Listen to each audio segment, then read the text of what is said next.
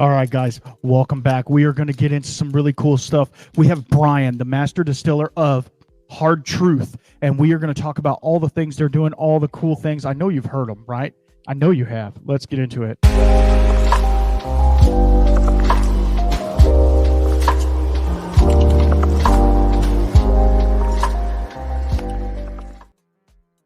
Bryan, I'm gonna level with you first rattle out of the box. I forgot to take the stupid cellophane off the bottle, and so I was actively trying to do that as I was talking. And as you well know, I can't do two things at one time. It's like, I'm trying to talk and keep everything going. So it's good to see you, brother. I'm glad you're here. You as well. So tell us a little story. My main question that I ask at the very beginning is why are you doing what you're doing? I know, but before I say that, you were gracious enough to send us over some samples, and well, they're more than samples, but and I wanted to dip into one because I just told you off camera I'm dealing with some mold remediation at the house. It's been a long week. I know it's only Thursday, but it's been a long week, and I need to open up a drink. So I was thinking we get into the sweet mash bourbon. So if you wanted to talk a little bit about that first, and then go into the company and your why. Yeah, absolutely. So, we started Hard Truth Distilling Company in 2015. So in late 2014, the laws changed in Indiana, allowing you to co-locate a distillery, an artisan distillery, if you had a brewery or a winery in good standing. So my business partners had and still have a successful craft beer business in the state of Indiana, Quaffon Brewing Company. And so they, being the entrepreneurs that they are, they wanted to take the chance at this new license. And that's when I met them. And so for me, I just I have a incredible passion for creating delicious things, and huge curiosity for science. And so, and I had done plenty of fermentation of beer and wine and a little bit of distillation along the way, but nothing professionally. So anyways, I really had no business in saying, hey, I'm gonna head up your project. But nonetheless, now it's 2024 and here we are in 25 states with some award-winning whiskey. So I'm feeling pretty good about it. That's awesome. And So I dipped into the sweet mash bourbon.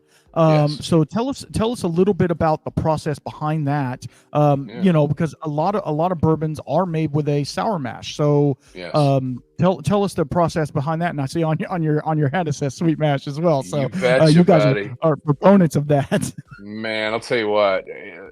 So couple things will lead me to the sweet mash story. So go ahead. First of all, for your fans out there, I know that everyone is looking at the shelves at the liquor store these days, and there's just this just unbelievable morass of new brands that have hit the shelves in the last 10 years, and a lot of great whiskey out there. And there are some other authentic grain to glass distillers, but a lot of it, is borrowed whiskey that someone came up with a cool marketing plan and got some MGP whiskey or some old Barton whiskey or something and did their own brand.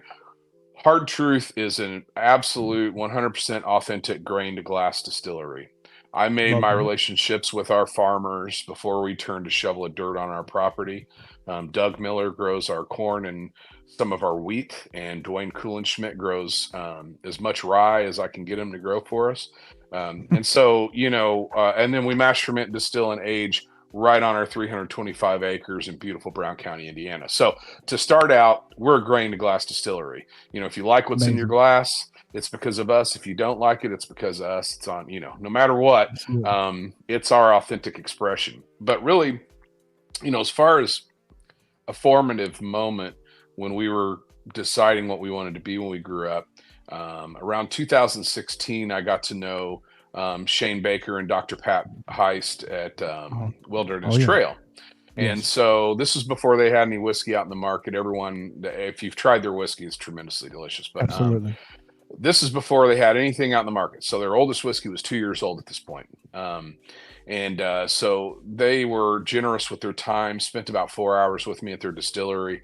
And I was just some knucklehead from Indiana wanting to build a distillery and wanting some advice, so they were, and they're just some of the best people in the industry. So they spent this full day with me, and but at the end, they kept talking about sweet mash, and their sweet mash process and why it's different. And to my ear, it sounded like a marketing thing, right? So I'm like, okay, so this is their angle of which, but probably doesn't make that big a difference. Boy, was I wrong. So I got into their first rick house, and if you've ever been to their distillery in Danville, Kentucky, they've got about 18, maybe now 20, 25,000 barrel Kentucky style rick houses. It's impressive to see, right?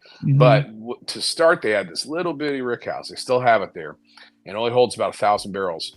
So they took us crawling around in that and drilled a 2-year-old, their oldest whiskey at the time, which was a 2-year-old Wilderness Trail rye.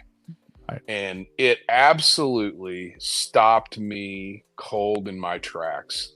My brain could not understand why this whiskey was so complex and so rich and so deep and so soft at 2 years old. It wasn't like they had done any advanced aging or anything. It just, it was a beautiful whiskey. It didn't need much subtraction. It really just needed more barrel to it.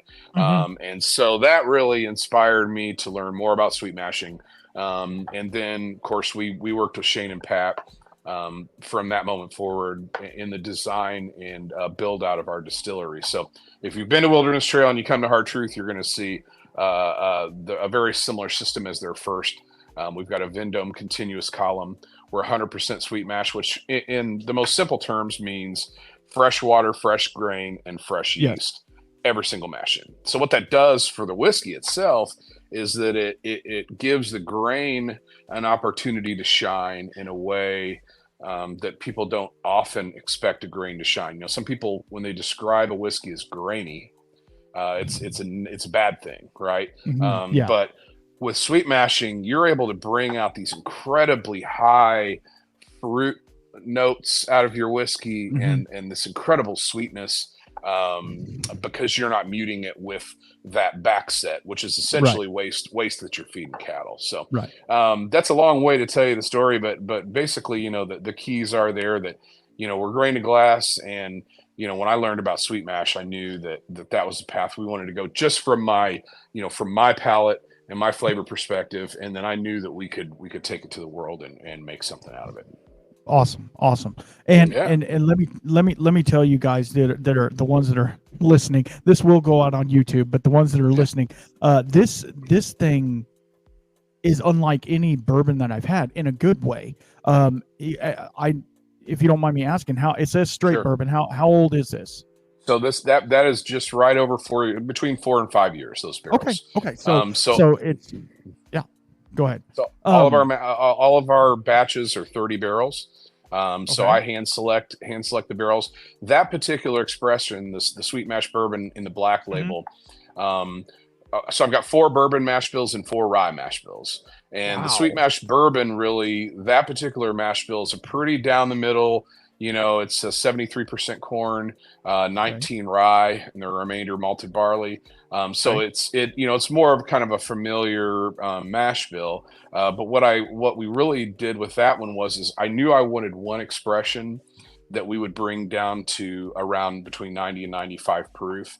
I personally like my whiskey cask strength or at the minimum bottled in bond. But our bartender, bar and restaurant partners, really asked us with our rye whiskey and our bourbon. They said, hey, bring one in at a lower proof point so that it brings down the bottle cost. But then also, it's something to where we can serve multiple drinks and we're not knocking people off of the stool with cask strength whiskey. So that's that expression. And I will tell you that as delicious as that is at 90 proof, and even at 90 proof, it's not thin whiskey. It's very viscous. It's got a nice mouthfeel. But that whiskey at cask strength is dynamite, brother. I'm telling you right now, we are going to offer that as a single barrel at cask strength at some point, maybe this next year.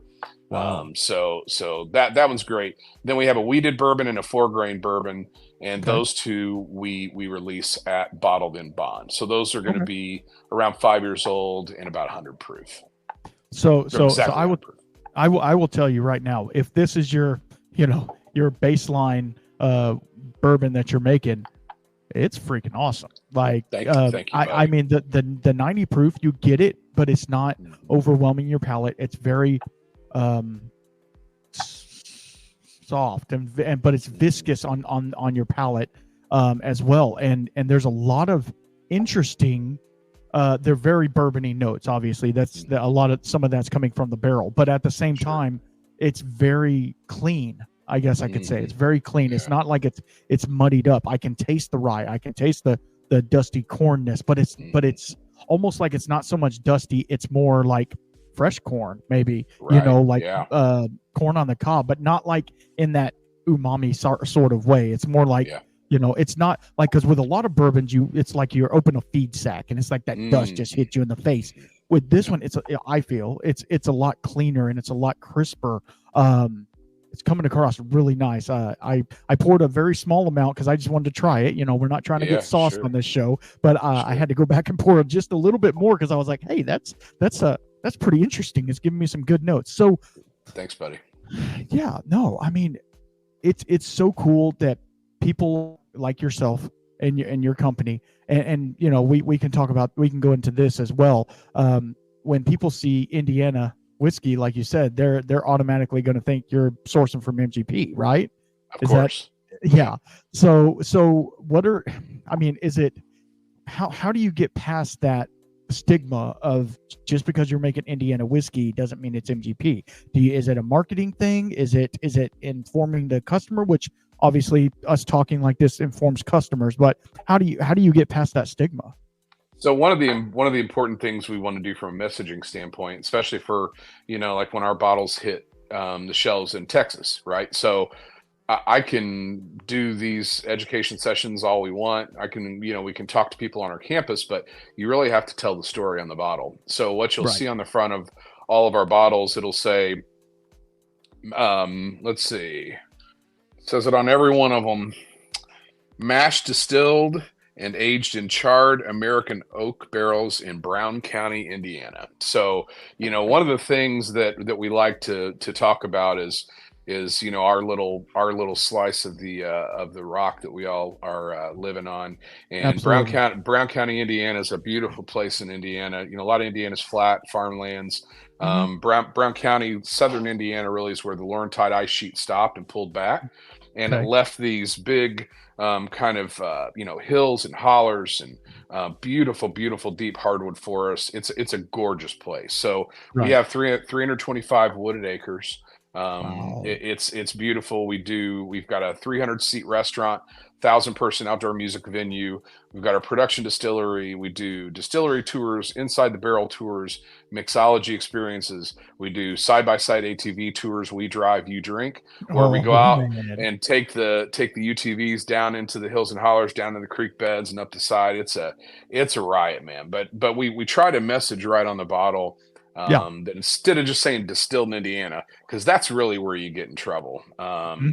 But distilled in Brown County, Indiana is where we try to make so that is super cool. And when I, every time I have a guest on that's gracious enough to respond to me, but as you well know, trying to do something like this, you get 1,000 no's before you get a yes. So and I thank you again for coming on. But one of the things is I like to do a little background on the people I'm fixing to talk to, and one of the things that it said on your website or Wikipedia or somebody said was your facility, how amazing it was. It's an experience in itself, and you see that a lot, or not a lot, but in some of the areas in Kentucky where like it's a full-on experience. You take a little trolley and you do all the things, and you guys are doing something very similar, but in your own style. And that to me is super cool, because when you go to a distillery, sometimes you're not always a bunch of dudes, or, I know a bunch of women like to drink whiskey. I'm not saying that, but like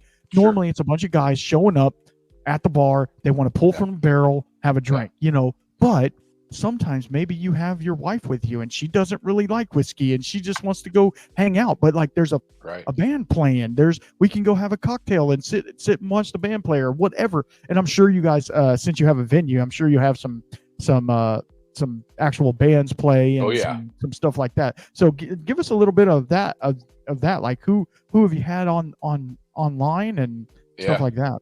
Sure. So, it's funny that you mentioned the experiences in Kentucky. So in 2016, when we were trying to figure out again what we were going to build on this property, we went down to Kentucky because we're only about an hour and 15 minutes north of Louisville. So we're really we're right there. So we have limestone bedrock aquifers that we pull our water from, very similar climate. I mean, we're kind of right there. So we took about a year and went down to Kentucky, and we did every tour multiple times. And this is what I will tell you in 2016. First of all, everyone should go do all of the tours. The history, the beauty, everything there is really unmatched for what it is, right? But I'll be honest with you, at that time, a lot of these experiences were very similar.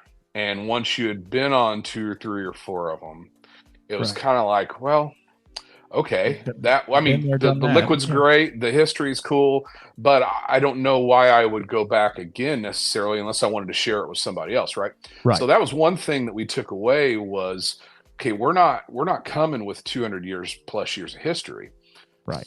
But what we do have is we don't have we're not trapped by the paradigm of the way you have to do it for Kentucky bourbon. We also are not trapped by archaic dry county laws, which is a big reason why a lot of those tours in the past have been so boring. I mean, some of these distilleries you couldn't even drink in the county that the distillery was producing hundreds of thousands of barrels of whiskey, right? So we talked with our Indiana excise and the ATF immediately, and we said we want to be able to drink anywhere on this 325 acres. We want our customers to. So the way we set it up, and my partners, they had already, they'd been in the brewery business. They had at that time, I think, 6 bars and restaurants in the state of Indiana. So they were really in the business of experiences, entertainment, hosting people. So they had a different view of how we were going to do this. So they took that part of it. I took the liquid part.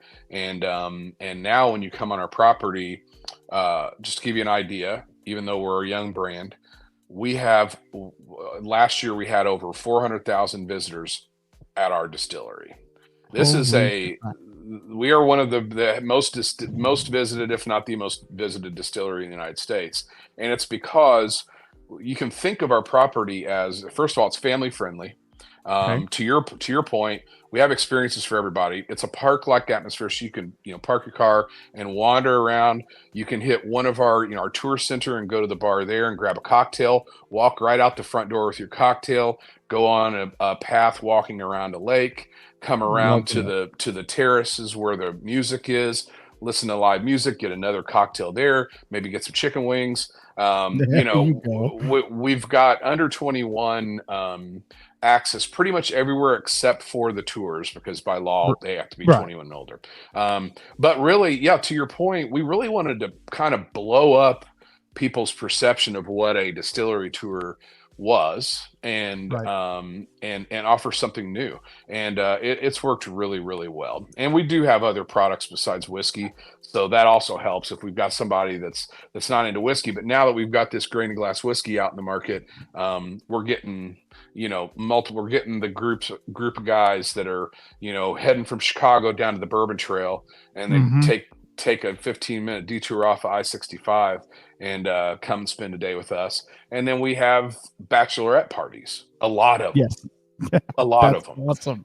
Every Saturday, I would imagine we have probably on average on a fair weather weekend, we have 5 to 8 bachelorette parties on our property. Holy guacamole. That's amazing. It's a fun place. I love that. I love that because it's really, whiskey's for everybody. And I know everybody thinks that's, your granddad's drink. That's, all the things, all the stereotypes that go with whiskey, but it's for, if you can I used the example when I was talking about my wife, because I've been into whiskey for a long time. I've tried to get her into Irish whiskey. Maybe she would like that, or rye whiskey. Here's a cocktail with some, maybe some whiskey in it. She couldn't do any of it. Right. Yeah. And so then I gave her a peated scotch and said, here, try this. No, she didn't like that either. But right. So for her, she's like, I want to go do the things with you, like, because I like, you're happy, I'm happy. But at the same time, if somebody like you're saying, if you have other things there, not only to do, because like you say, once you've seen a rick house, you've seen a rick house, but like other things to do, it just makes the experience that much better for everyone involved. As a whiskey nerd, I'm going to be happy just standing in the barrel warehouse, just looking at all the barrels, right? But for everybody else, and like you say, being kid friendly, that makes more people want to come, because they're like, hey, I don't have to get a sitter, I don't have to worry about it. We just go up there, we have our a fun day. And if more distilleries were like your guys's, I think it would be more of a social thing, because I feel like there's a pretty big stigma on whiskey itself. And I try to advocate for whiskey being like it is a social drink, but like being more like in the beer realm, where like people go and they just go drink beer, which I understand whiskey is a higher proof and there's all the things that go with it, but like getting in more social settings with whiskey involved. And obviously we'll talk about some of your other products that you make as well, but it's just having all of that there for everybody. So, hey, you don't like whiskey, here's a brandy, or here's gin, or whatever, we got something for you. Don't leave, have some hot wings, you'll be fine.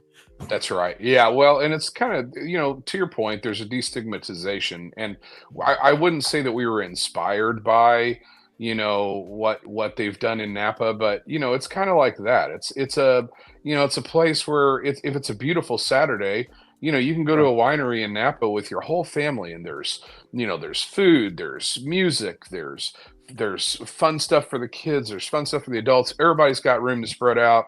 It's beautiful. There's some great drink. You can meet people. That's the vibe that we have at our place. So on a tomorrow, on Saturday, nice weather Saturday, which is not going to be a nice Saturday, but nonetheless, we got a hurricane swirling, getting ready to swirl on top of us. But we'll have 2,000 to 3,000 people at any given time on the property. So if you think about that, and no one's crowded, right? So we've got a lot of places to move around. So I encourage anyone, and also for the people that aren't whiskey people, so we are a privately held company. All of our growth has been bank funded and cash flow, funded with our cash flow. But like most people, we had to start with something to make money. A lot of brands will start with borrowed whiskey. They'll start with MGP, and then they'll slowly start to blend in their whiskey, and then hopefully everything goes well, because their whiskey is not going to taste the same, but whatever. We didn't want to go down that path, and so I developed several non-whiskey spirits, non-aged spirits that we weren't really sure whether they would stick once we got our whiskey out or whatever. But let me tell you, our toasted coconut rum, Hard Truth toasted coconut rum, is absolutely a crusher. It is our number one selling SKU in every single state. It crushes in Texas, it crushes in Florida, it crushes in New York.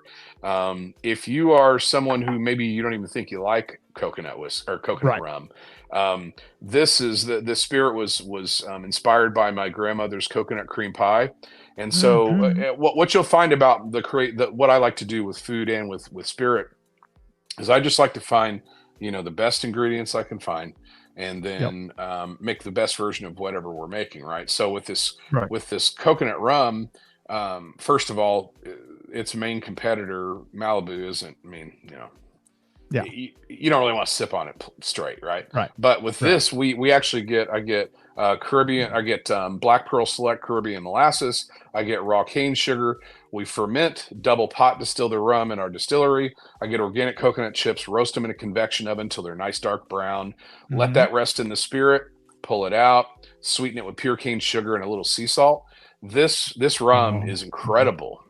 So sounds amazing. It's great. So for all the fans out there, if you go to hardtruth.com, we got one of those little spirit finder widgets. with a little drop down menu. So you can check whichever spirit you want to look for and put in your zip code, and it will absolutely show you where you can get it. Texas is a little bit weird because of the fourth tier. The bars and restaurants don't really show up on there. Right. But you can we are definitely well distributed in the major areas of around the cities of Texas with all of our spirits. Total Wine, Specs, stuff like that.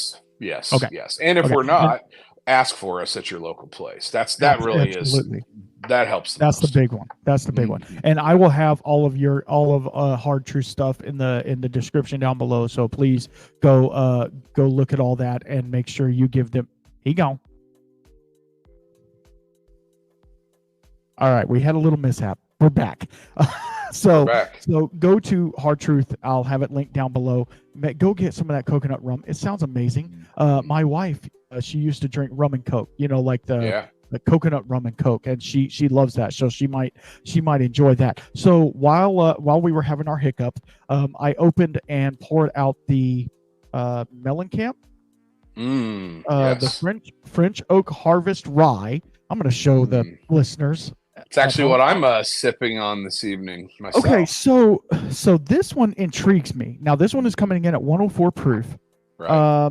And it says Hard Truth Distilling Company, Mellencamp Whiskey Company collaboration. So that's very interesting. So we're talking the Cougar. Oh, he doesn't go by the Cougar anymore. So the Cougar. You can call them anything you want now, I think. But so Brown County, Indiana is very close to Bloomington, which is actually where I live, and where John has lived for a great portion of his life, and from Seymour, which is right down the road. So for those of you, your listeners who maybe aren't familiar, John Mellencamp not only is a international rock star from way back in the day, but he and Willie Nelson and Neil Young founded Farm Aid in 1985. So Farm Aid is still going strong to this day. Last weekend, it was in Saratoga Springs, New York, the festival. And what they do is they raise money to support education for sustainable farming, but also to support family farming and family farmers. So I had laid down some whiskey, a little over 4 years ago, that was 100% grains from our two main farming partners. Okay. So I didn't use any malted barley because barley doesn't grow great in Indiana. And so I did two mash bills. One was a rye mash bill and one was a bourbon mash bill. So this rye mash bill is 72% rye from Dwayne Kuhlenschmidt and 28% corn from Doug Miller. And these are both my two main farmers. And so I didn't really have a plan. I just thought, at some point in time, I want to celebrate these guys and their family and what they do. And so I laid that whiskey down. Then let's fast forward to February of 2023. I get this just a random email from a guy named Hud Mellencamp. And it said, "Hey, we are starting a whiskey company and we'd like to talk to you." So I thought, all right, so we're not in the private label business. I'm not in the celebrity attachment business. I don't do collaborations, but just like anybody else, if you reach out to me specifically and say you want to know more about our business, I will meet you at the door and we will walk around and talk business. So I met Hud and Levi, Hud Mellencamp and Levi Collison, and we walked around the property, and I didn't, told them about how we make whiskey. We tasted some whiskey, asked them what their goals were. And these were just some really genuine, humble guys. And they said, "You know what? We are, we're getting to the age where we want to start something for ourselves, for our own lives. We've all got our thing going, but we really want to do something. And we love the whiskey world. And we love what you're doing at Hard Truth, but we don't want to do anything big and splashy. We just want, even if we're just distributed in Bloomington, Indiana, we'll be happy. We just want to work with local producers. We want to celebrate local farmers and craftspeople in Indiana." And so I thought, wow, well, that's a different approach, because I'm thinking at this time, everybody's thinking about that celebrity, someone's going to be the next George Clooney and sell their company for $1 billion. But, so these weren't those guys. And then we vibed and ended up learning that, where Hud grew up was literally less than a mile down the road from where I live for 15, That is 20 so years. So crazy. That is so yeah, crazy. so really liked meeting those guys. I knew that it would be a long shot to actually put together a business deal that would work. Right. But damn it if we didn't do it. And so along the way, when we were getting a little closer, I talked to them about this whiskey that I'd laid down. And I said, we're just launching this grounded in. So on the side, you'll see where it says grounded in truth. Yes. And that is our give back, our cause marketing, Right. where we want to give a portion back to organizations that support family farmers. And in Right. fact, jokingly, when we were coming up with Grounded in Truth, we were like, well, maybe we can meet John and somehow get involved with Farm Aid, right? And it was Right. as a joke because we never thought it was going to happen. And then next Right. thing you know, HUD Mellencamp's knocking on our door. So this is what you have in front of you is number 3 of a 4-part collector's series of whiskeys, each of which are completely unique mash bill, unique expression that's only exists in this whiskey. And on the label art, if you look at the label art, each label features an original painting from John Mellencamp. So on top of being a Oh, rock wow. star, he's also an incredible painter. So Wow. this is a self-portrait that he did. John does not drink, ironically, Okay. but he was very supportive of the project because it's first of all it supports his son, but also it helps to support family farmers. And so Absolutely. a portion of proceeds from each of these bottles goes directly to Farm Aid That's to fund amazing. their efforts. Yeah.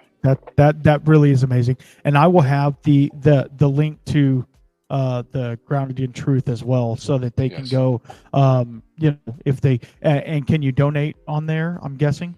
You can, and these Okay. bottles are a little bit harder to find because Right. there's very very few of them out there. I will tell you though that there are some. If you go to our website, we've got some links to some online retailers that you can Okay. get a bottle. Okay. But again, it's on our Spirit Finder, and you can find them. Awesome. There's actually some still. I was in New York last week, and there was still some couple bottles of batch 1 floating around and a few bottles of batch 2. So what's cool is each one's a completely unique piece of art. So the 4, and then the 4th one will come out next spring. Okay. But then this will create basically a nice little artwork collectible set. Absolutely. But Absolutely. buy 2, 1 to drink and 1 to collect. That's what I would say. Absolutely. Yeah. Yeah. Yeah. I mean, if you're gonna do it right. Yeah. That to me is so cool. And let me tell you. And I mean, I feel like I know you well enough now. We've been talking for 30 minutes, but Sure. I feel like I know you well enough now to know your whiskey. And to me, this rye is a very atypical rye, but at the same time, again, being that it's a sweet mash, and I don't know how many sour mash ryes there are out there. I don't know if they're all like that or not, but this one is not so much that cinnamon allspice. It's more like almost a little cooling, and then it is on French oak, toasted French oak, so you Yes. get that like marshmallowiness as Oh, well. yeah. So it's almost, I don't know, it's very confectionery to me. It's Yeah. very nice. Like I would, having this like 2 months ago when it was over 100 degrees, I would have really enjoyed this with a nice ice ball on it, because I feel like it Oh, would yeah. be very cooling, but also, and the 104 proof doesn't come over like yes, it's a little hotter than the other one, but it's nowhere near, it's punching well above its weight class. I'll say Yeah. that. Thank you very much. One thing you'll find about all of our rye whiskey, I mean, our bourbon is tremendous, but I would say that our rye whiskey especially is very differentiating from everything else on the shelf. And Man. to your point of being confectionery, man, we have a very dessert forward flavor profile in all of our ryes, and it comes from that sweet mash process, but also the yeast strain that I use. Okay. When our rye whiskeys are fermenting, they're really wild. The smell from the fermentation is really unique. Not always the most pleasant, I would say. Right. There's sometimes you get into those, those bourbon ferments, and they're very cereally and beautiful. And this rye ferment is funky, and it That's is awesome. pungent. But I will tell you, when this rye whiskey comes off of that still as new make, and to your point before, talking about the cleanness of the flavor profile, This rye whiskey comes off, and I mean, it's like guava and papaya. It's like these Oh man. real funky tropical fruits, a lot of sweetness, a lot of heavy fruit. And then in the barrel, once it sits in the barrel for a while, the first barrel, Right. those fruits turn to like peach Right. and apricot and some Hmm. cherry. But all of our rye whiskeys are very kind of desserty. So Yes. if you did a double blind with some like the major rye whiskeys out in the world, most people are used to herbal, Right. spicy, Right. maybe a little bit grassy, Mhm. but savory for the most part, Right. right? And Yes. these are really sweet. I mean, Yes. they're really, really sweet. They are. All of them They are. are. Yeah. Yeah. No. And that's what's so cool. And we can talk about this as well. But like changing one thing in the process. Mhm. One thing in the process. It could be, I mean, you guys are changing multiple things, obviously, because you're getting locally sourced grains and all the things. So like, everybody talks about terroir in wine, but they don't really talk about it in whiskey. They're starting to. Right. And really, like, I'm seeing it in Texas whiskey, especially. Everybody's like, hey, we have Panhandle up here, which is doing this, and then we have a Gulf Coast is doing this, and I love Central it. Texas is doing this, and they're so different. It's like the Yeah. 5 regions of Scotland, like you're getting totally different whiskeys, but like terroir is a thing. And so like getting locally sourced, which me being, a granola person, loving organic things and locally sourced and knowing where your stuff is coming from, right? Mhm. That to me, you can name me the farmer that made the grain that went into this whiskey. That Yes. to me is it's not some commodity grain that Right. everybody is getting. You were getting, and I'm sure there's other people getting. They I don't know if they locally only just work with you guys, but still, it's to the point of like you guys care about what you put in the bottle, and it shows in the glass, obviously, but like also it just makes for a whole experience because you know that what you guys put into it is coming through, but it's also, I don't know, it's paying homage back to Indiana and back to the roots that you guys have. And to me, the French oak on this as well, which as you well know, French oak is a pretty amazing finishing product to begin with. And I feel like, and let me know if you agree, rye whiskey works so good finished, no matter what you do with it. It absolutely does. It also works great in cocktails. I mean, Yeah. bourbon just gets lost in most cocktails or in most finishes, in my opinion. Now, I've had some tremendously delicious finished bourbons. Don't get me wrong.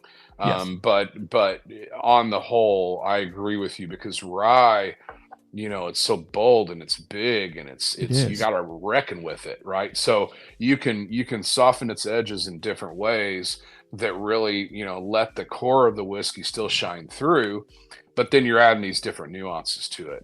And I want to go back to something that you said because I really got to tell you, you're really onto something here, and I really feel so excited, and I love you telling me about that people are talking about even the different regions within Texas. Right. I mean, I'd not heard that before, but that makes me so excited to be a part of what's happening right now in American whiskey. I'm telling you, mark my words, we will look back on this time in American whiskey making as really something special, kind of like what happened in American beer with craft beer. Absolutely. I mean, Absolutely. Europe and the whole rest of the world all of a sudden turned their heads and they were like, whoa, what is going on over there? This is incredible. And then they started doing those styles, right? So I really believe that the same thing's happening here, but even more artistry. And it's just such a fun industry. And if you can't have a good time, making and enjoying whiskey, you can't have a good time. I'm convinced of it. No, absolutely. Yeah, no, it's because it's hard. It's hard, like, because you have to think about production, right? But you also have to understand it's a job. But then again, if you're not having fun with what you're doing, why are you doing it? That goes back to my original question, the why. Why even get into this? Why even start this? Because if you're not in it for the love, the money will come eventually, yes. But if you're not in it for the love of the game and the love of the what's in the glass, then you're not doing it the right way. Because I see so many, and luckily, knock on wood, I would say, I haven't had any of them on the show yet, and I'm pretty deep in the game right now, and that are just doing it for the dollar. They're not doing it for the flavor. Even people who don't distill their own product, they're non-distiller producers, which I have no problem with that. They are very transparent about it. They're doing all the right resources to get the thing, and then they're like blending it and making it their own. Sure. That to me shows some, you're trying to change it up a little bit. But like the people that don't care, they're just there for the dollar. They're there for the, we're going to make a bottom shelf whiskey that is just made to use in a cocktail. Like it that part hurts my heart, but this makes my heart so full because you guys care. And again, I go back to the other people, and I don't want to talk about other people I've had on, but like a lot of the people that want to talk to me are the more grassroots. Like we're doing it the wrong way, according to everybody else. We're doing it the wrong way. Like when I talk to Mia, I don't know if you know Mia from JT Melik. I don't. I do not. They do rice whiskey, so it's rice whiskey. You know what? I've actually tasted it, and it's delicious. It is freaking delicious. It's rice whiskey out of Louisiana, right? They have a rice farm and all the things. Anyway, we're not talking about her, but she is so on fire for her brand, and I feel like you are as well. And that to me gives me hope, because everybody has been talking about bourbon and whiskey in itself is going to take a dip here pretty soon, because it could be election driven or just the sign of the times. There's like a temperance movement kind of coming into play. But if they were able to get some of this in their glass right now, they would change their mind about that. Now, I know you've had this in barrel for a minute. It's not like you just you just distilled this yesterday. And that's another thing that we could get into if you want to. Like, how do you prepare for the future in the glass? Because like you said, hey, you were laying barrels down, you didn't know what they were going to taste like. Like, how do you, obviously the distillate coming off the still is pretty freaking good, so you're like, okay, obviously you guys have a pretty tight cut ratio and stuff like that, and you're good at using good cooperages and stuff like that, and if you want to get into who you use and stuff, we would appreciate that. But like, how do you know the whiskey's going to be good, and how do you know how long to leave it in the barrel, basically? It's a great question. Long story. No, you're good. So I'll go back to kind of my start in this. It's fun to look back through the lens of 9 years now. But I really, I was a guy who had an opportunity in front of him that wasn't a fully formed thought yet. It was just kind of an opportunity, right? And so the way that I approached this whiskey making endeavor is the same way that I approach creating food. Okay, so I'm an only child. I was an only grandchild. My grandmother, I'm so fortunate that she spent a lot of time with me when I was very little, and she would have me in her kitchen. She was a tremendous cook, and I know everyone's got a great grandma that was a great cook, but I mean, I'm talking like next level. This woman really, she didn't get recognition for how good she was until now when I get to tell her story. But I'm telling you, she was incredible. Plus, she had, but here's the key: 2 things. First of all, I watched how people responded to her feeding them. The emotional response that she would evoke out of people. I mean, I was paying attention. I'm like, oh my God, like this is something else, right? This isn't just normal human emotion. This is like a different level thing. So I can't say that I had that in the front of my brain, but it definitely was back here. But then the other thing is my grandfather, he was World War II vet. They had Victory Garden, right? Just like almost everybody did at that time. So my grandmother had this incredible wealth of, food that my grandfather was growing in their backyard, that was, the highest quality ingredients. So she was making food with the highest quality ingredients, and she didn't have to do too much to it because it was already there. She just let the ingredient. she let the ingredients shine, right? Right. Then I was also fortunate on my other side of my family to have an aunt who was born in Japan. And if you're familiar with Oh, Japanese cooking, it's a very similar philosophy where it is. you spare no expense on the ingredient, No. and but then just let the ingredient do its thing, right? So Hmm. I, now looking back through the lens of time, whenever I, over the span of my life, I had a huge passion for cooking. Never had the balls to be a chef or a restaurateur Absolutely. because Yeah, that's a I hear whole you. different thing. But I love to create food. I love to feed people.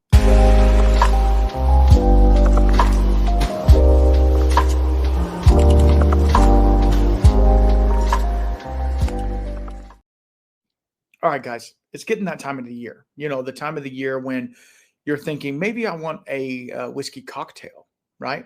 Well, I got the perfect solution for you. My buddies over at Hinterhouse Distilling, they came out with this new holiday spirit called the Warming Hut. And this is going to be released on Black Friday. Yeah, the day after Thanksgiving. And thank you, Hinterhouse, for sending this over for me to try and sample and let you guys know how amazing it is, because I've already dipped into it a little bit. So it's a whiskey, right? A bourbon whiskey, but it has grape wine in it, and it has some flavorings added to it to give it. It just makes it almost like a liqueur at the end of the day. So it's super nice on the nose. I'm not going to do a whole bunch of tasting notes on it, right? But the chocolate, there's chocolate for days at the end of this. You put this on an ice ball, oh, it's going to be amazing. It's going to be amazing. So head over to hinterhostdistilling.com and get you a bottle of this. Obviously, you have to do it after Black Friday, right? They're having a Black Friday extravaganza like everybody is, right? Go over there, pick you up a bottle of this. It's a $3.75, and they do have pretty good shipping. So look, make sure they can ship in your area. But this is an amazing product, and you need to go pick it up right now. Go do it. Hurry up. Y'all be good. Peace. Always have, still do. And so what I did is I just did what I do there, and I translated it to whiskey making. But I had this other layer, which is I've always been the most curious, scientifically minded kid. Like right from the fourth grade, I was in all the science fairs.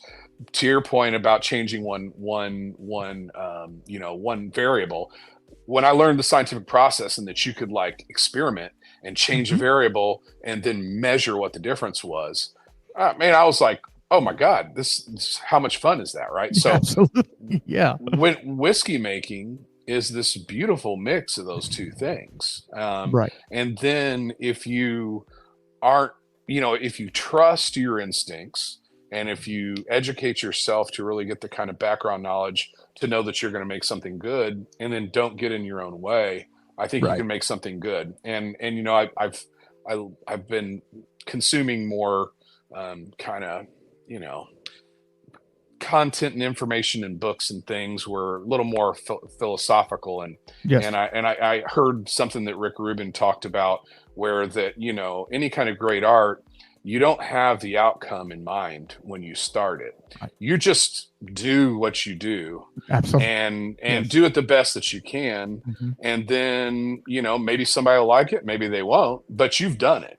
You've done the thing, right? So really, I was fortunate enough to have partners who let me do my thing, but also hire and build out a team of very talented, passionate artisans that I give them the space to do their thing. Now when we make whiskey, we make it very it stays within the bounds, but to give everybody the freedom to really to do their thing and to do it well. And then the business part of it, which is the sales and marketing and all that's the hard stuff, right? I mean, we're making whiskey making's fun. I mean, it's awesome.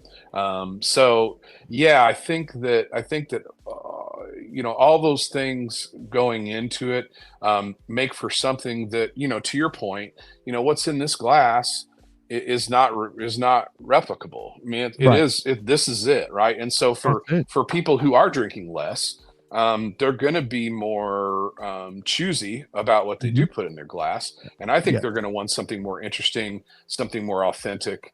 And so we're really happy to be in a position to to offer that and to kind of stay through whatever course this industry is going to take, which, it's always cyclical.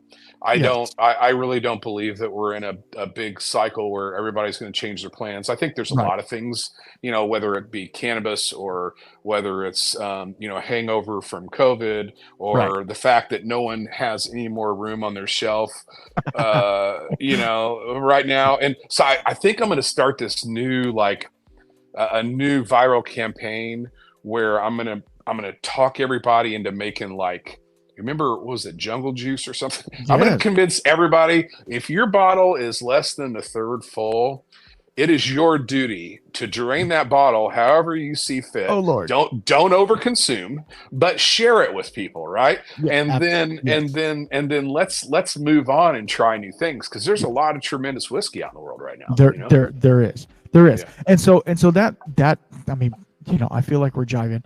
That leads me to my next question. Like, Sure. So obviously you guys are making some excellent whiskeys and stuff like that. What is a whiskey outside of y'all's brand that you go to? I mean, either a special pour, you can go that route, or just a day drinker type whiskey. Like for me, I'll just throw mine, which I don't have a daily drinker. I drink for the show a little bit, and then maybe a couple on the weekend, whatever. But like a daily drinker or like a special pour, like some people love the Elijah Craig barrel proofs or whatever. Yeah. Just let me know. Sure. Mezcal. That's where I'm going to go. Okay, so that was my next question, but for the people who are out there, I will tell you about some whiskeys too, but for the people out there who are, learning about what's happening in the world of true artisans and craftspeople, the world of mezcal is just incredibly fascinating. And I mean, you can go down to the bottom of never find the bottom of that wormhole. Also, additive free, real deal tequila. Holy smokes, man. So for me as a whiskey maker, I'm evaluating a lot of whiskey. I love whiskey, don't get me wrong. But sometimes it is work to me. It tastes like work, right? So I do enjoy a great pour of a true craft artisan tequila or mezcal. But that being said, I'm really impressed with what's coming out of Still Austin. Thank you. I am I had shout out to Texas. I met some folks last time I was in Texas from Iron Root that shared some of their whiskey with me. Love delicious, the brothers. Delicious. But I'll say, for just like, if my dad's coming over, right, and we're gonna just kind of maybe have a session with some, and I'll tell you. So growing up, it was George Dickel, number 9, and it was ginger ale, and it was a glass with ice. And it was, in my family, we called it the Dickel Tickle, and we still do. And that is a tremendous pour, and I can hurt myself on that from time to time. I'm sure. But I will say that for a daily drinker, nothing fancy. I love, if you get down to Kentucky, and they've got the Old Bardstown in several different labels, but there's one label that you can only get in Kentucky. It's in the little kind of Jack Daniel's square-shaped bottle, and it's Old Bardstown. It's out of the Willett Distillery. It's their own distillate, and it's their bottled in bond, the white label with the little horsey. Please tell me you have it back there. There it is, brother. That whiskey right there is 23. It's $23.95 in Kentucky at all times, and it is freaking delicious. It really, obviously it is. And see, everybody always bitches at me because I have all these empty bottles behind me. Okay, so I know you've seen other whiskey people, and they have this wall of whiskey. I'm like, this is the shit that I've already tried. Like I have other whiskey that I haven't tried yet, but like this is the stuff I've tried, and I can tell you this is good, this is not good. Like I go back to this, I can tell you the time, the date, the place, all the things. Well, I love our bourbon, and I think we're making tremendous bourbon. But for me, if someone just said, like, what's something that's readily available, that's not expensive, that is going to give me the essence of the bourbon. For me, that expression highlights the corn so Yes, well. it does. It really It's does. so rounded. It's not green. Oh man, it's good. Really, Yeah. really good. Awesome. So, yeah. So I was nervous when you were saying what you were saying, because I was like, is that the one I have? Please let it be the Yeah, one I have. it is. But It is. and so for me, that was a splurge bottle, because I had to have it muled to me, because obviously being Yeah, Texas, it's a Kentucky only, and sure. I'm part of this bourbon group, and I was able to get that one, JW Dant or JD Oh yeah. Dant, Yeah. and what was the other one? It was another Kentucky only bottle and bond. Yeah. It And was Heaven. Was it Heaven Hill 6 year bottled in bond? That's a it good one might too. it might have been. It might have been. But anyway, yeah, no, they're all, that's the thing. It's kind of like, and I don't know if you dip into Canadian whiskey, but I recently had Found North, which they are a non-distiller producer, and they take Right. Canadian whiskey, which is super high, like 22-year-old, like super Wow. age stated, and they blend it and do cool stuff with it. But Canadian whiskey is kind of like that. Like they, everybody thinks of Canadian whiskey as Crown Royal, right? Crown Royal, Seagrams, or whatever. Sure. All their whiskey they keep in Canada, because they're greedy. They're greedy Right. Canadians. Yeah. No, I'm joking. They're Right. the nicest people in the world, and I'm talking crap about them. But They're aggressively polite. Absolutely. I would say. And so they make some amazing single malts, which if you're not into single malt, I get it. But like Sure. they make some amazing single malts, but they keep them in Canada because for one, they think that the American palate only likes Crown Royal. So it's so I was able to get some bottles, muled to me, whatever. That's awesome. awesome. I mean, you can't ship whiskey. So don't think you can do that. But it's just so cool. There's so much cool whiskey out there that nobody knows about because it's so regionalized. So we are I'm not trying to let you go because we have this other whiskey to get into, but I have to ask the question. You are in Southern Indiana, and this might be a hot topic item, and if you don't want to discuss it, I can, we are not live. No, we're good. One of my friends is Alan Bishop. Oh yeah, sure. Okay. I know Alan really well. He is now working with Old Homestead Distilling. Oh, I know him very well. And Okay, I know Joe. okay. I know Joe Lee. I know all those folks. Okay. Oh, yeah. So I will tell you, I don't know how much Southern are, but if you're in that area, you're in his background. And one of the things that he's talked to me at length about is apple brandy. Is there anything that Alan doesn't talk at length about? First of all, was there a subject? You're right. You're right there. You're right there. But, he's the best. He's the most knowledgeable. He was forgotten more than I'll ever know about the history. So I'm glad you said that, because I didn't want to bring it up, being that you guys are close by. I didn't want there to be like some weird relationship, or something. But I'm glad to hear that. But so in your other SKUs that you guys have on premises, is there an apple brandy? There is not. I really. Not? So it's funny because when our brewery.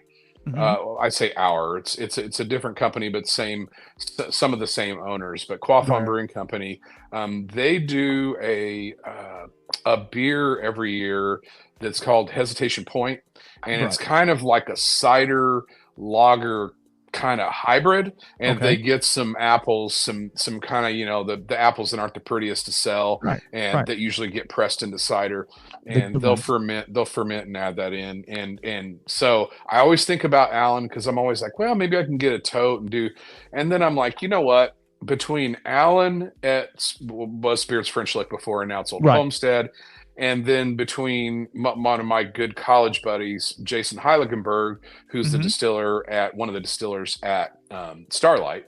Oh, yes, absolutely. Both those guys make tremendous brandy. I mean, a tremendous apple brandy, incredible apple brandy. I've actually had some from Starlight that's like really old, like before I think they legally has still old, and man, and then the history of the Black Forest of Indiana, Southern Indiana, and all that. So we got enough on our hands with this toasted coconut rum and all these beautiful whiskeys. I'm going to leave the brandy making to Alan and to Jason and to Ted Huber and his sons. But I will say, so I love Alan to death, and unfortunately, he and I don't get to spend as much time together as I wish we could, just because we're both real busy. But and I love Jolie Casper's actually so funny, hysterically funny.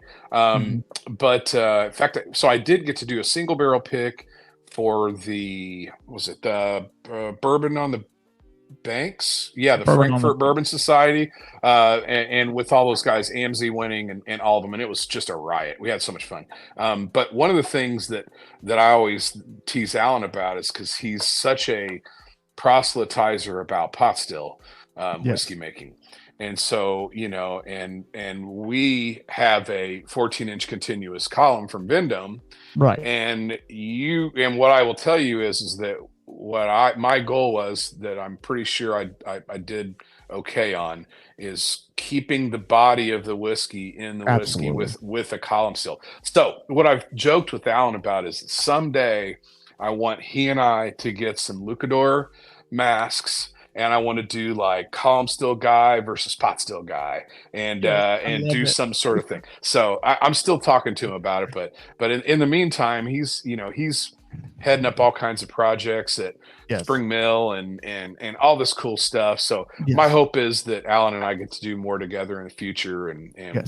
But he is salt of the earth again. An incredible repository of history of distilling, period, but history of distilling in Indiana. So I'm from Evansville originally. So my grandparents, as a kid, we would drive up and down that 64 corridor. And my grandfather's father was from Germany. And so, all those German settlements and immigrants that are down there, my whole life was built around learning about that, and then to connect in the world of distilling with that, which I was unaware of, through Alan, has been awesome. He's if anybody that is listening to this has not looked up the Alchemist Cabinet, Alan Bishop, or the Alan Bishop Experience, whatever you can consume of his content, go get it. He is a legend. He is a living legend for sure. And that's not just because he's been on the show and I have all of his books in the back. I didn't even know that. I had no idea there was a connection there with you and Alan. That's absolutely awesome. No, I've been on his Distillers Talk and his If You Have Ghost podcast 3 times. That's so cool. Because I've had some spooky things going on, but that's not what this show is about.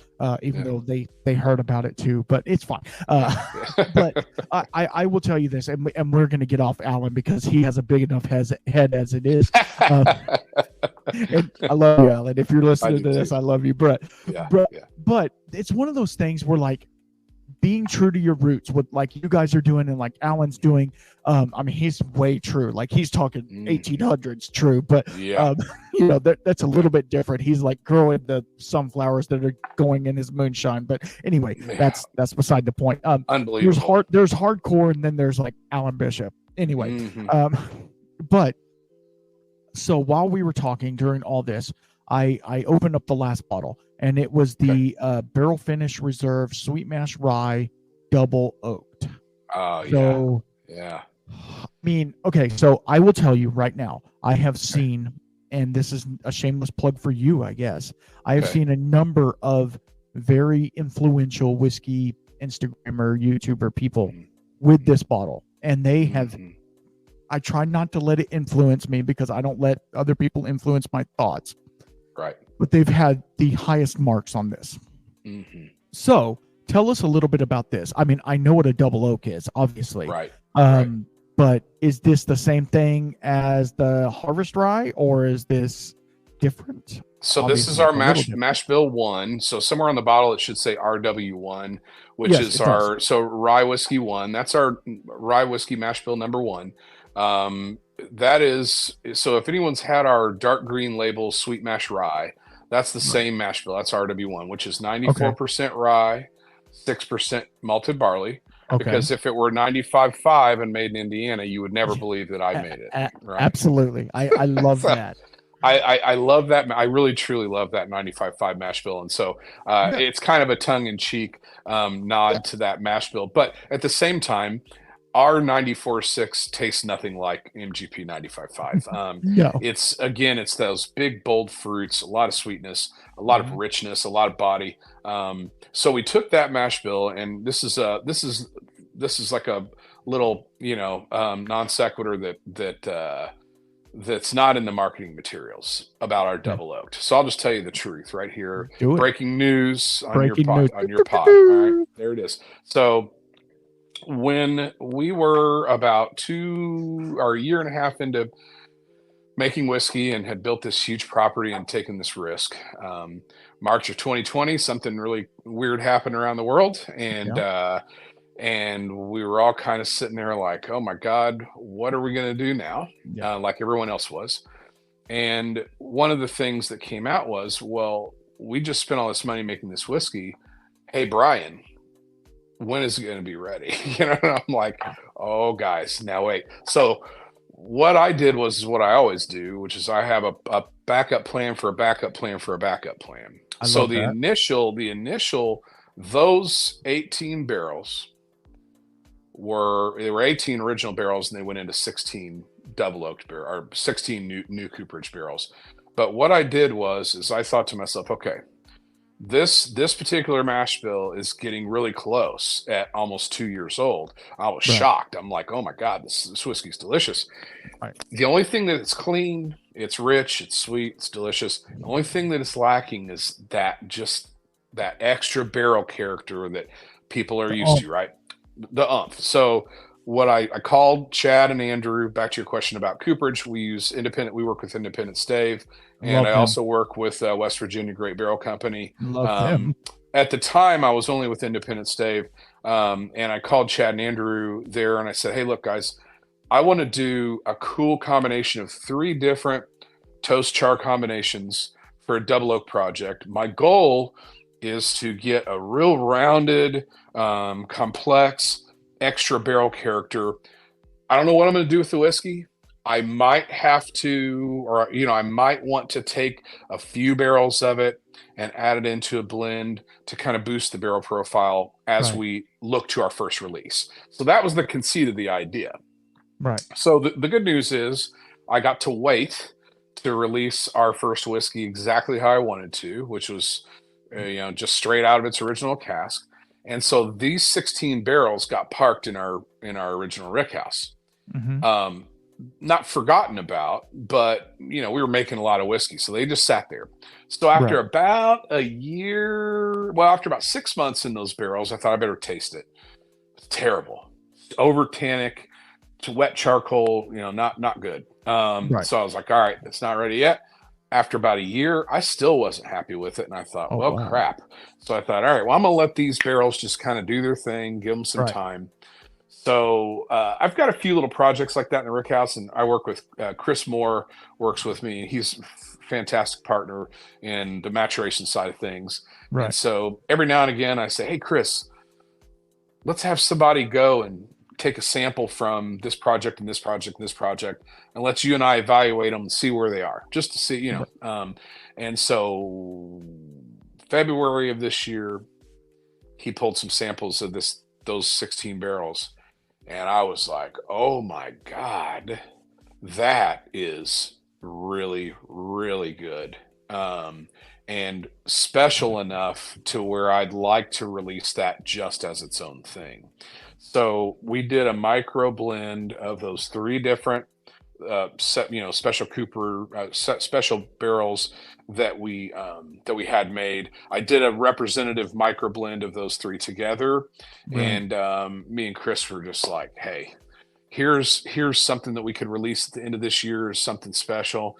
And so there it is. So I mean, this isn't a now I will tell you, I've started to do some other double oak stuff, before we realized how delicious that was. So there is more coming, but this was really one of those things that, again, it was really meant to be something else.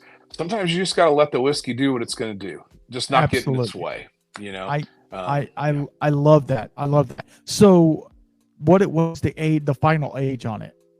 So it's that whiskey. It spent just over 2 years in its original cask. Mhm. Then we put it into these new barrels, and it's set in those for just over 3 years. So that whiskey's so about 5.5 years about old. 5. Yeah. Okay. Mhm. Yeah. I mean, it is okay. Going back to the other one, which I know it's French oak, it's a little bit different.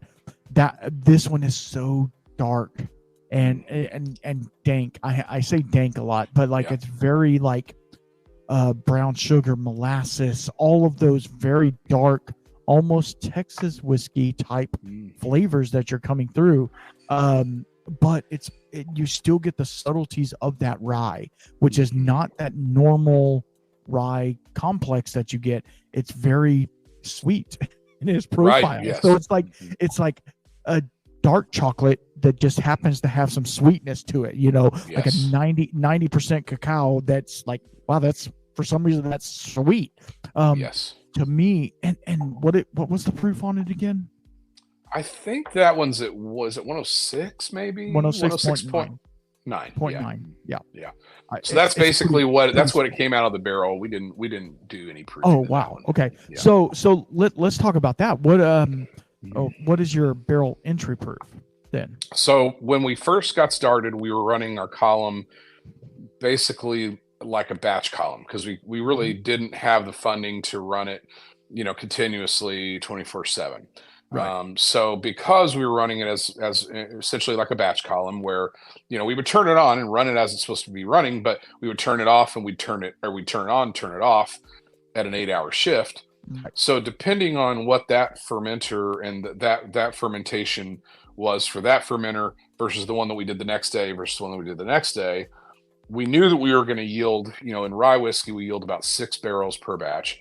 So I know no matter what, I'm not going to carry any whiskey over. So for the first 2 years of our existence, basically whatever the volume would get to fill 6 barrels is what we put it in the barrel at. Now my target was 110. That was my target. So lower barrel entry proof. Again, that was something that Shane and Pat, brought to me. And I know there are a lot of other distilleries that, will tell you that, the more water that you have in the solution, it brings out some different characteristics of the barrel. And also, very like right from the start, I really listened a lot to Andrew Weabrink. He and I spent a lot of time together. He was absolutely he was blown away by these Char 1 complex toast barrels, but he couldn't really get anybody on board because, they're making barrels for, Wild Turkey and Beam Suntory.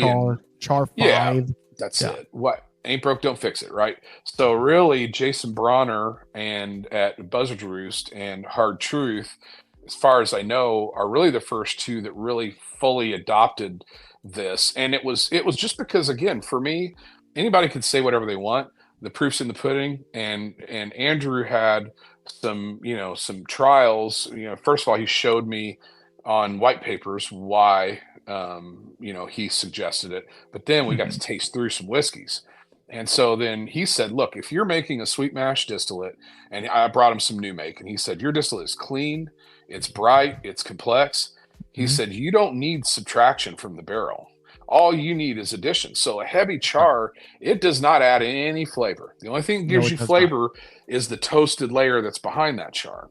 So he said, why would we create this big complex toast and then burn half of it away? Create the complex toast, and then we'll just do a flash char on the inside. And then you're going to benefit from all those complex sugars. So, that was the philosophy behind our barrels. And so almost all of our barrels we basically have 3 custom char toast combinations. At the beginning, we tried some other stuff too. But now we've got 3 custom ones that Independent Stave made for us. And then one that West Virginia Great Barrel Company made for us. They're all char 1 complex toasts. And then through the lens of about 3 or 4 years, I also found this sweet spot with our distillate that's about 113. So starting in 2022 forward, every barrel we filled has been filled at 113. Okay. So moving forward, so what I'm saying is you can find a cask strength from us like that one that's going to be 106.9. You can also find a cask strength from us that's going to be 122. Because some of those first runs went in the barrel at different proofs. Obviously, the maturation also where it is in the rear cask can change that too. But now moving forward, we're entering everything at 113, and that whiskey should start pushing through, the next 2 years or so. Right. Yeah. So don't look for a hazmat hard truth anytime soon. You know what? There are a couple out there. We actually just had somebody. So what's the official? What do people? Does it have to be over 130? 140. Oh no hazmats from us then. No 140 or 70% alcohol. I think we had one that was like 129, a single barrel, and man, it was wild because that thing drank like 100 proof all day long, and it's so delicious. Yeah. Well, I will tell the listeners at home that this double oaked, like it's good, isn't it? I love it. It's all of them are so very different from each other. Thank you. And so like for one company to have a SKU like you have other bottlings as well, but like to have a SKU like you do and have everything be so different. And I understand the Mellencamp one could be a more limited release or whatever you want to call it, but like this double oak to me is so reminiscent of something I've had before, which obviously tasting is just a memory, right? Like you're talking about with your grandma's cooking and stuff like that. You're trying to relate some of the taste in your whiskey to what she was making as well. And I feel that for sure. And that's the whiskey somm in me coming out. But, but at the same time, it's like there's a complexity here that like I need to sit down with this, not a camera on my face, with this for like an hour or so to where I can like really break it apart, because there's a lot of nuance in there. Obviously it's oaky, right? That's the whole point. Sure. And the color difference is probably, I don't know, 15% different from the other rye. Right. But I will tell you, and I love Independence Dave and what was it, West Virginia or Virginia? Yeah, great West Virginia Great Barrel Company. Right. They are both doing amazing stuff with barrel, the procurement of the barrels, and I understand right now it's hard to find good seasoned American white oak. I get it. We're all, not me personally, I guess inadvertently we are all struggling to find some good wood. Oh wow. Right. That's going to go all over the internet. That's the quote of the day. That's it. Absolutely. But you're right, because like I don't know if when you first started, but I one of my sponsors is Bad Motivator Barrels, and they take they're mainly from more like the home brewer, so it's like a 2-gallon barrel, but it's like a bain-marie style pot, and then they have the head, and it acts like a 53-gallon barrel. But cool. He's able to get 4-year-old Missouri oak.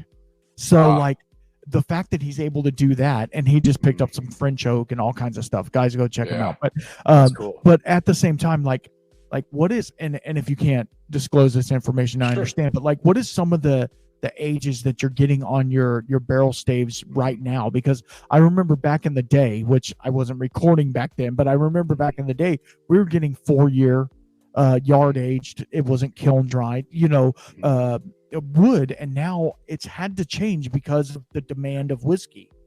Well, and I think that because of the slowdown in the production side of things, it's starting to get back to a little bit of older wood available. But again, that's something that Independent Stave, just put it on my palate and let me taste the difference between, a 2-year-old yard aged stave versus a typical 6-month, or if that 3 to 6 month for a Kentucky bourbon barrel. And it's night and day. So we currently get 18 to 24 month. Basically, they call it Cooper Select at Independent Stave. So that's what we go that route on all of our barrels, because what I found is, especially for the body of the whiskey, and we get some of those like creamy, like creme brulee, Yes. kind of custardy notes Yes, off of that I see older it. wood. Mhm. It's pretty incredible. So that's our target. I mean, right now that's the oldest wood that we can get for, to get a full truckload of barrels, which is that's what we're getting as far as Right, shipments at a time. right. So yeah, but it makes a tremendous difference. I mean, the cooperage that's fascinating, and I believe that because of what's happening with some of the slowdown with the big producers, more barrels are becoming available now, older woods becoming available. So all that stuff's starting to equalize again, which is good. It Yeah, was stuff absolutely. was getting a little unwieldy there for a second. I mean, It really was. And I mean, wow, I'm not in the game as much as you are, but like I hear, chitter chatter from sure, everybody, and they're like, "Hey, these guys are using 6 month, uh air yeah, dried, and these guys are using kiln dried." And like mm, it does make a difference, obviously, but like I feel, and I mean, I would love an air dried 10-year air dry, that sure, would be sure, amazing. But we're not going to be able to get that for a while unless everybody right, stops production right now or right, starts recasting stuff. right, That would be another option. right, The finishing process being a used barrel, which would hmm, give you more age, but then you have to sit on the product for longer. So you'd have right, like a 10-year-old product in front of me yeah, instead of a 5, which again, not bad. I'm just saying sure, it just takes you longer to get that out to market, which in turn you have to sit on those barrels for an extra 5 years, which if you're yeah. not selling whiskey, you're not making money. So That's right. Yeah, it's it's a kind of hard to keep balancing the act. lights on, It is. It is, So especially with the crowded shelves, and that's where, that's the other thing that is going to change is I think some of the people that got into this industry during this fat time, yes, and but really had no intention of creating a lasting American heritage brand, right, are going to start to fall off. I mean, yeah, it's going to happen. Because again, the retailers are going to say, look, this is good whiskey. But it's the same whiskey that's in that bottle, that bottle, that bottle, and that bottle. And I only need one of those bottles. I don't need hmm 6 of them. Right. So hmm I'm starting to hear that now because, like we just opened up, Colorado and New Jersey within the last month, and I was out in both markets. And I'm telling you, it doesn't matter where you go, hearing the same thing from yes, retailers everywhere. yes, And so it's not like a reckoning, but it's definitely there. There are some things changing, and they have to, they're in the business to yeah, stay in business, right, so right. they can't just sit on whiskey that they think is cool that people used to be asking for that aren't anymore. So Yeah, it's going to be no, interesting to see what happens next couple of years. it really is. And the cool thing, and I want to talk about your bottle, which I don't know if you had anything Yeah, to do with the actual bottle, but I like did. you have this organic cork, right? Where Yeah. it's like the full cork on top, but Mhm. then like, yeah, I mean that cork to me, it reminds me of an old, like where some pirates or something, and you're pulling the cork off. But then the bottle has like little divots on the side, and then Mhm. it's fully embossed on the back, talking about sweet mash pioneers and stuff like that. Mhm. Like you spent some time on this bottle. This is a Mhm. custom bottle, which in today's market is difficult because Yeah. if your juice doesn't show, if you're just doing bottom shelf stuff, you don't want to spend money on, because I'm sure these bottles aren't cheap. You No. can buy a commodity bottle, throw it in there like a wine bottle, throw it in there, slap your label on it, and it'll be fine. But you Yeah. guys went the extra mile for the fancy cork, which I love. Like it reminds me of old driftwood or something like So that. And then do you know what that top is? Can you tell what it is? So look at all, you've got 3 corks in front of you. Look at all of them. They're all completely different. they are. This is the actual raw bark edge of the cork tree. So Shut these are up. all natural. This is the natural. This was the outside edge of the cork tree. And Okay. so this was an idea that I had during COVID when we were trying to figure out what our bottle was going to, the final product. And Right. so I'm sitting on my back porch, and I was looking at all my corks for all my bottles at home, and I was staring at a Patron cork, and I Yeah. was like, I really like that this is all cork. You know, I Right. didn't, the globe part of it, I was like, but Eh. I liked that it was cork and cork. And so then I'm thinking about Brown County, and I'm thinking about our ethos and who we are. If you come to our restaurant, a lot of the furniture is live edge. We live in Mhm. deep hardwood forests. Right. And so I asked our cork producer, I said, hey, have you ever done a cork where you like burn the top of the cork? And they're like, no, and I'm not sure how we could do that. But let us think about it. So then they came back and they said, have you ever thought about the actual natural bark edge of the cork? And I was like, I didn't even know that was possible. Is that I a said, thing? have you done that before? And they're like, no, but we could. Because Oh, typically when they wow. punch out corks, they leave that Right. edge and then they grind it up for composite cork. So Right. instead of punching the cork this way, they punched it this way. And Okay. so one day I got this bag of about 60 of these corks straight from Portugal to my house. And Oh, I wow. about shit myself. I was like, Absolutely. these are cool as hell. So thank you for noticing that. I worked with a tremendous bottle designer named, he's just a great artist named Dave Scott, and he's out of the St. Louis area. Okay. And got hooked up with him through another mutual work friend. And I had this vision of this bottle, and I got a couple drawings of it in a notebook. Now, my original vision, this is kind of a flask shape. My Right. original vision was for it to be kind of more conical around, Right. but I really wanted it to be misshapen. I just had this thing in Okay. my mind. I really wanted it misshapen.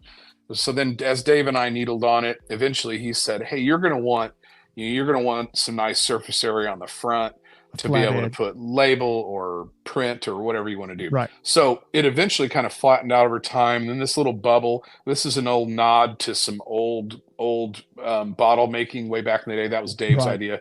So I Yeah. really had a blast with him coming up this. It took way too long. I mean, way As it too does.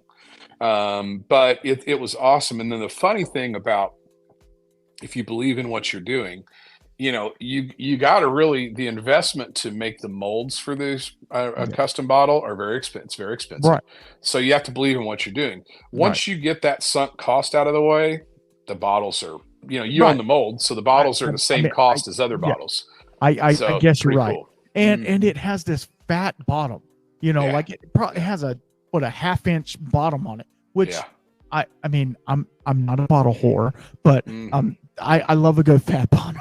Yeah, that's it. I mean, okay, so I said, That's what number about two. the wood? That's Yeah, I said, what about the wood? No, I love a fat bottom. All right, yeah. all right. Got it. See No, where but this is going. yeah, exactly.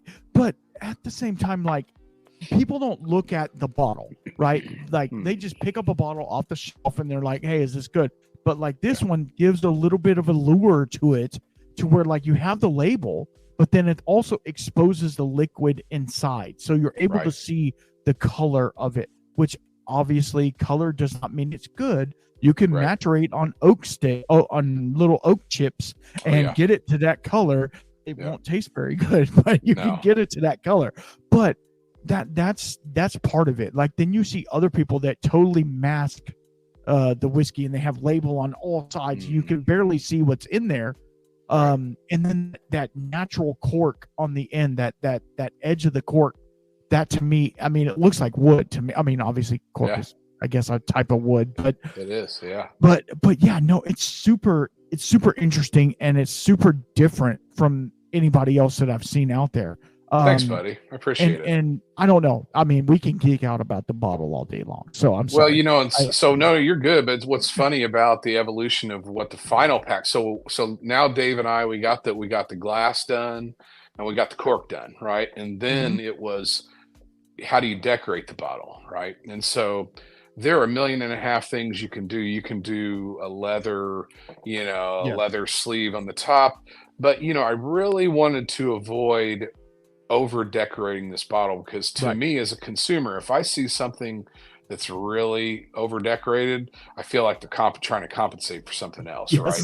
Absolutely. So that's where to your point, I wanted to leave the belly of the bottle open so you could see the whiskey coming through. So I wanted people to see the whiskey. I wanted people to feel, to have a great feel of it.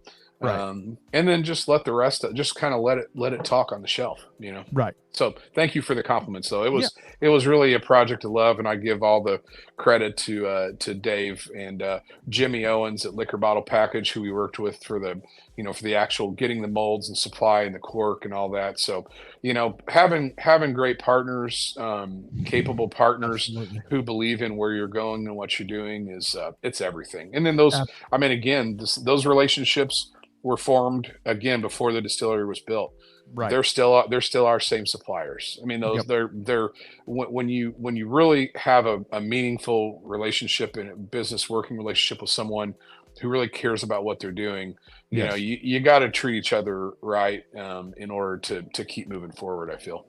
Absolutely. And so I am going to close up with this. So I don't know if you guys know this or not, but we've gone through these hard truths, and they are pretty much amazing. Like, I'll just say it right now. Thanks, and as you don't know, because this is your first time on here, but you are now part of the family. So what happens is everything that you guys post on Instagram or Facebook or whatever, I am going to repost it, because that's part of the thing to support you guys. Because here's the deal. We're all trying to compete with the big dogs, you guys, and me included. I am not Bourbon Pursuit, right? I'm never going to be Bourbon Pursuit. I don't have the backing to be Bourbon Pursuit. And, you're not trying to compete with all these other people, but you're competing for shelf space with these other people. So at the same time, so what I want to do, and this is for the listeners and the viewers, I want to give a 2-ounce sample to the person who comments on this, and I will do a random draw of all 3 of these whiskeys. I'm going to pour them right after we get off. One of them is a limited edition, so just understand that. I want to do a 2-ounce sample of all of these, give to somebody who just loves a good craft whiskey, and I feel like you guys are trying to be inherent in that, and like your property is amazing, and you're doing cool things with like the whole experience of whiskey and all the things that you guys have going on. And you're not a new brand, but you're a newer brand that people are hearing about for some reason all of a sudden, right? It's funny how like you grind, and then all of a sudden one day everybody's talking about you, and it's like, what the hell happened? I've been doing this forever, but you're like, okay, let's roll with it. So I appreciate you so much for coming on here, Bryan. Thanks, it's been a blast, and stick on real fast. I want to talk to you, but hard truth. Like, if you're not in on it, get in on it, because they are doing some amazing stuff. And this is just some of their offerings. They have many more, and more to come. It sounds like these guys are going to soon be juggernauts in this game. They're going to release some really cool stuff. So stay tuned, and I will have all of their stuff linked down below. And you guys, if I could shoehorn just one thing in, please do. So for those of you who aren't in the industry, I can't tell you how much of a grind and how much it costs to get placements in liquor stores, bars, and restaurants, especially far away from our home base. So here's what I would ask for your listeners and viewers to do. So yes, we've got the Spirit Finder widget. You can find out where we are, so you can come find us. But if we aren't somewhere where you regularly go and enjoy a drink, please ask them. You going in and asking for hard truth is 1,000 times more effective than our very hardworking and talented salespeople going in and asking for a bottle placement. So if you're interested in learning about hard truth and it's not in your local liquor store, bar, or restaurant, please ask them to bring in a bottle. If they hear it once, sometimes they'll bring it in. But if 2 or 3 people ask, it'll be in there, and usually those kind of placements stick around longer. So that's what I would absolutely ask. And I will make sure to give this my seal of approval. You guys go out there and support them, and like I said, try their stuff if you can get a hold of it. If you can't get a hold of it, ask for it. And the more you ask for it, the more going to be like, whoa, okay, so maybe we need to get a case or 2 of that into the store to see if it sells. And then when all of you buy it, then they'll have more. And then Yes. guess what? Maybe you'll get a single barrel. Who knows? You know, That's right. like that's the thing. Like the more you ask for these whiskeys, the more we're going to get. And because I will tell you this, and this is 100% transparency. Other than maybe a month and a half ago, I hadn't heard of you guys. Yeah. And it's so hard. like it's been through other YouTubers and whiskey people that I'm like, hey, these guys, I'm hearing about them. And like you said, you guys have been in the game for a minute. So like, that's one of the things that I want to promote. I want to promote people that are doing really cool stuff. And you guys are, I can verify that. Really cool stuff, but they're also staying true to their roots. And that's what you guys are doing. And I cannot thank you guys enough. And anything else before we get off? No, it's an honor. Thank you so much, Randall. I'm glad to hear that we have a connection through our friend Alan Bishop. I can't wait to maybe we can get the three of us on. Oh God, you don't want whiskey. That. I don't think you want that. That turns into something right there. Yeah. But it's been a blast, Bryan, and I can't thank you enough for coming on here and hanging out with me. I know schedules and all this stuff. We're fighting a battle out here trying to get stuff together. But I appreciate you coming on here. And to all the listeners, make sure you follow, like, subscribe, and everything that I'm doing, because we're constantly putting out cool stuff. And if you're not around, you're not going to get into it. So until next time, keep your spirit.